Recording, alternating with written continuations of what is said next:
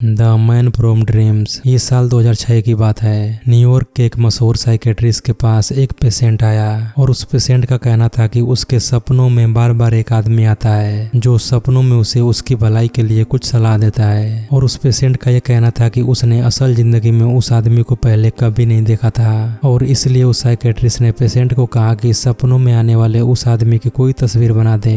और उस तस्वीर को साइकेट्रिस्ट ने अपने ऑफिस के शोकेस में रखा। कुछ दिनों बाद उस साइकेट्रिस्ट का एक और पेशेंट उस तस्वीर को देखने के बाद उस आदमी को फौरन पहचान गया। उसका कहना था कि तस्वीर में मौजूद वो आदमी उसके सपने में आता है और उसकी निजी जिंदगी के बारे में उसे कुछ सलाहें देता है और ये सलाहें हमेशा ही मददगार साबित होती हैं। इस बात को सुनकर साइकेट्रिस्ट बहुत चौंक गया, पर इस बात को महज एक इत्तेफाक समझते हुए उसने इस चीज को नजरअंदाज कर दिया जिन्होंने तस्वीर में मौजूद उस आदमी को अपने सपनों में आने वाले आदमी के नाम पर पहचान लिया। इस घटना के बाद साइकेट्रिस्ट ने उस तस्वीर की कई कॉपीज बनाई और उन्हें अलग अलग देशों में काम कर रहे अन्य साइकेट्रिस्ट को भेज दिया। साल 2006 के बाद दुनिया भर की कई बड़ी जगहों जिनमें बर्लिन, पेरिस, मॉस्को, रोम और यहाँ तक कि नई दिल्ली का भी नाम शामिल है, 2000 से भी ज्यादा लोगों ने तस्वीर में मौजूद उस आदमी को अपने सपनों में आने वाला एक अनजान आदमी बताया है। इंटरनेट पर एक वेबसाइट भी मौजूद है जिनके मुताबिक ये आदमी असल जिंदगी में मौजूद है और इस तस्वीर को देखने पर वो आपके भी सपनों में आ सकता है। सपनों में आने वाले इस आदमी के बारे में ज्यादा जानकारी पाने के लिए आप इस वेबसाइट पर भी जा सकते हैं। आखिर ये आदमी कौन है और ये लोगों के सपनों में क्यों आता है, ये बात आज तक एक रहस्य बनी हुई है।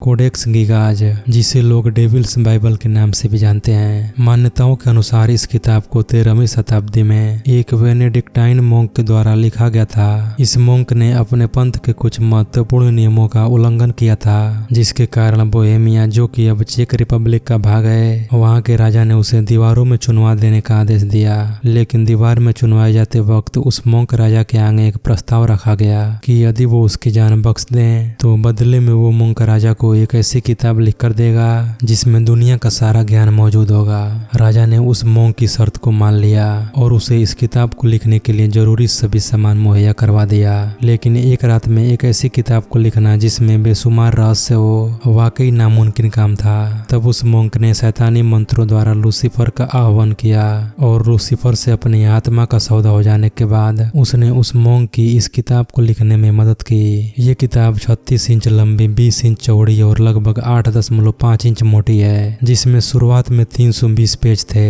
इस किताब के पन्नों के लिए गधों और घोड़ों की चमड़ी का इस्तेमाल किया गया था। इसका वजन लगभग 34 किलो के आसपास है और इसमें अनेकों तरह की शिल्पकारी की गई है। ये किताब मध्यकालीन युग की सबसे बड़ी हस्तलिपियों में से एक है। इस किताब में बाइबल के अनेकों अंशों और उपदेशों को लिखा गया है, लेकिन किताब के कुछ पन्ने पलटने के बाद डेविल की एक 19 इंच लंबी तस्वीर बनाई गई है, जिसमें डेविल यानी शैतान को अपने असली रूप में दर्शाया गया है। इस तस्वीर के बाद कुछ पन्नों पर अजीब तरह के कर्म कांडों और क्रियाकलापों का जिक्र किया गया है, जो कि ऐसी तांत्रिक क्रियाएं हैं जिनके द्वारा डेविल से संपर्क किया जा सकता है। ऐसा माना जाता है कि इस किताब में शैतान और शैतानी ताकतों को हासिल करने की ऐसी विधियों को लिखा गया है जो कि इंसानों से दूर रहें तो ही अच्छा है। इस किताब में पहले 320 पेज थे, लेकिन बाद में किसी ने इसके 10 पन्नों को निकाल लिया। इन पन्नों को किसने निकाला, क्यों निकाला, ये आज भी एक राज है। और उससे भी बड़ा राज ये है कि आखिर उन 10 पन्नों पर ऐसी कौन सी जानकारी मौजूद थी जिसे दुनिया के सामने आने से रोका गया। इस किताब की प्रतिलिपियां ढूंढना बेहद मुश्किल है, लेकिन डार्क वेब पर इस किताब की कॉपी को खरीदा और बेचा जा रहा है। हालांकि इस किताब की ओरिजिनल कॉपी को फिलहाल चेक रिपब्लिक के नेशनल लाइब्रेरी में रखा गया है, जहां इस पर आज भी कई रिसर्च चल रहे हैं। Zodiac killer.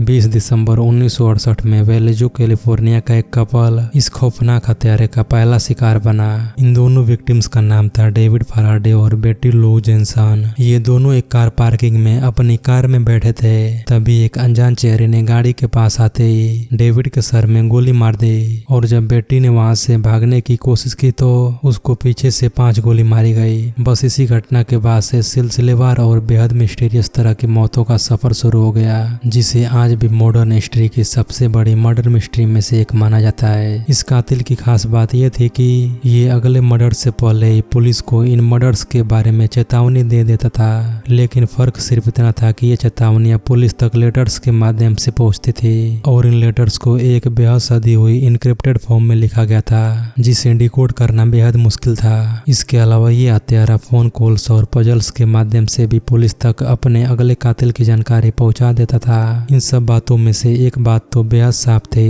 कि ये कातिल बेहद शातिर था और उसके पास बहुत ही जीनियस लेवल का माइंड था। 4 जुलाई 1969 को वेलेजो पुलिस डिपार्टमेंट में एक फोन कॉल आया। फोन पर बात करने वाले व्यक्ति ने यह खुलासा किया कि उसने डार्लिन फेरिन नाम की एक महिला का कत्ल किया है और माइकल मगेऊ को मारने की भी कोशिश की थी। इस फोन कॉल के दौरान उसने डेविड और बेटी की कत्ल की भी जिम्मेदारी ली। इस फोन कॉल के लगभग 1 महीने बाद से एक के बाद एक रहस्यमय खतों के आने का सिलसिला प्रारंभ हो गया। उसने अपने दूसरे खत की 3 कॉपीज 3 अलग अलग अखबारों को भेजी, जिसमें खुफिया कोड लैंग्वेज में लिखा था और साथ ही साथ खत को भेजने वाले ने यह भी लिखा था कि अगर वो लोग इन खतों की कोड लैंग्वेज को डिकोड कर लेंगे तो वो खूनी अपनी पहचान रिवील कर देगा। शुरुआत में इस खत को ज्यादा सीरियस नहीं लिया गया और उन 3 में से केवल एक अखबार ने इस खत को अपने अखबार में प्रकाशित किया। उस खूनी ने महज 1 हफ्ते बाद फिर से पहले जैसा ही खत कई न्यूज़पेपर्स को भेजा और यहाँ पहली बार उसने अपना नाम रिवील करते हुए खुद को जोडियक बताया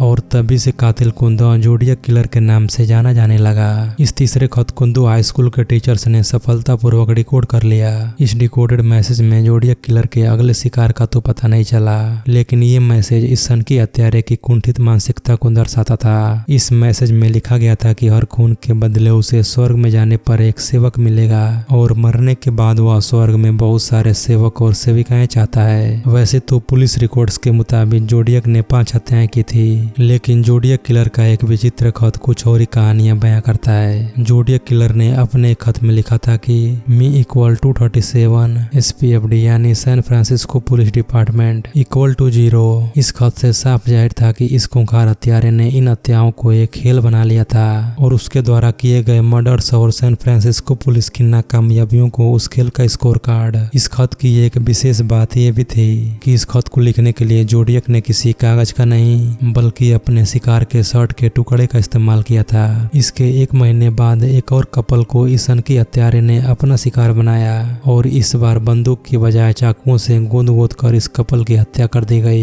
इन हत्याओं के साथ साथ जोडियक के खतों का सिलसिला भी चलता रहा। अपने कुछ अंतिम खतों में उसने स्कूल और स्कूल बसों को बम से उड़ाने की धमकी भी दी थी, लेकिन 8 जुलाई 1974 में अचानक इन खतों का आना एकदम से बंद हो गया। पुलिस ने लगभग 2000 लोगों को गिरफ्तार कर लिया जिन पे उनको शक था, लेकिन पुलिस असली जोडियक किलर तक कभी नहीं पहुंच पाई। यूं तो पुलिस के पास जोडियक किलर की उंगलियों के निशान, कुछ चश्मदीद गवाहों के बयान और ऐसे ही कई सबूत मौजूद थे, लेकिन फिर भी इस बेहद शातिर हत्यारे को पकड़ने की सारी कोशिशें नाकाम रही। सभी को लगने लगा था कि जोडियक किलर का आतंक अब खत्म हो चुका है, लेकिन उस आखिरी खत के लगभग 4 साल बाद मई 1978 में चैनल 9 नाम के एक मीडिया हाउस को इस रहस्यमय हत्यारे का एक और खत मिला, जिससे पूरे सैन फ्रांसिस्को में हड़कंप सा मच गया। इस खत में लिखा था, डियर चैनल 9, मैं जोडियक बोल रहा हूँ। अगले 3 हफ्तों में अंततः तुम्हें कुछ अच्छा छापने को मिलेगा, क्योंकि मैं अगले 3 हफ्तों में 5 लोगों को मारने वाला हूँ। मैंने फिर से कत्ल करने का फैसला कर लिया है और इस खत के आखिरी शब्द थे, सी यू इन द न्यूज। इसी के साथ पूरा कैलिफोर्निया एक बार फिर भय के अंधकार में डूब गया, क्योंकि शायद जोडियक किलर एक बार फिर वहाँ के लोगों पर कहर बरपाने वापिस आ गया था। इस धमकी भरे खत के बावजूद San Francisco police Zodiac killer का कोई सुराग नहीं ढूंढ पाई और पुलिस ने खुद ये माना कि द जोडियक किलर एक जीनियस है और ऐसे शातिर हत्यारे का पता लगाना लगभग नामुमकिन है। लेकिन आपको क्या लगता है, क्या जोडियक किलर कोई मानसिक रोगी था और इन हत्याओं के पीछे उसका मकसद क्या हो सकता है? नीचे कमेंट बॉक्स में जरूर बताएं। सो इस वीडियो के लिए इतना ही। मिलते हैं अगले किसी ऐसे मिस्टीरियस और दिलचस्प वीडियो के साथ।